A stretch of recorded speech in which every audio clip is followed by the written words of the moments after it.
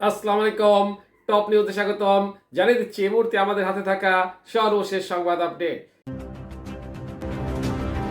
শুরুতেই থাকছে 237 আসনে বিএনপির প্রার্থী ঘোষণা। এরপরে থাকছে ঢাকা থেকে বিএনপির টিকিট পেলেন যারা। সর্বশেষে থাকছে প্রধান উপদেষ্টার আহ্বানে অন্যরা সাড়া দিলে আমরা আলোচনায় বসতে রাজি তাহের। এতক্ষণ শুনলেন আপডেট সংবাদগুলো শিরোনাম, এবারে বিস্তারিত।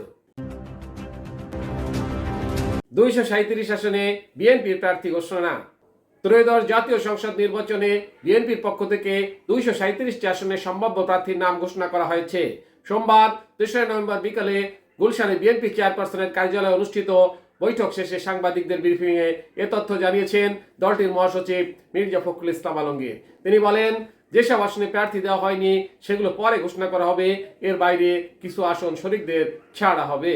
দলটির চেয়ারপারসন খালেদা জিয়া বগুড়া 7, দিনাজপুর 3 ও ফেনী 1 আসনে প্রতিদ্বন্দ্বিতা করবেন। এছাড়া ভারপ্রাপ্ত চেয়ারম্যান তারেক রহমান বগুড়া 6 আসন থেকে নির্বাচনে অংশ নেবেন।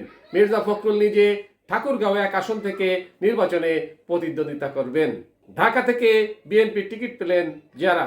আসন্ন ত্রয়োদশ জাতীয় সংসদ নির্বাচন সামনে রেখে 235 আসনে প্রার্থীদের প্রাথমিক নামের তালিকা ঘোষণা করেছে বিএনপি। সোমবার 23 নভেম্বর গুলশান বিএনপির চেয়ারপারসনের কার্যালয়ে এক সংবাদ সম্মেলনে দলীয় প্রার্থীদের নাম ঘোষণা করেছেন দলটির মহাসচিব মির্জা ফখরুল ইসলাম আলমগীর।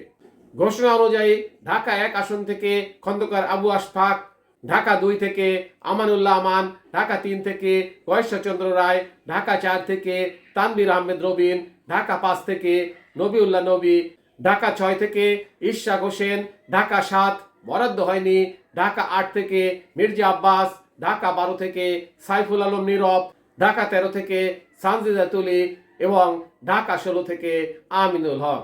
প্রধান উপদেষ্টার আহ্বানে অন্যরা সাড়া দিলে আমরাও আলোচনায় বসতে রাজি তাহের। রাজনৈতিক দলগুলোর মধ্যে আলোচনার জন্য প্রধান উপদেষ্টার আহ্বান ইতিবাচক বলে মন্তব্য করেছেন জামায়াতে নায়েবে আমির সৈয়দ আব্দুল্লাহ মোহাম্মদ তাহের।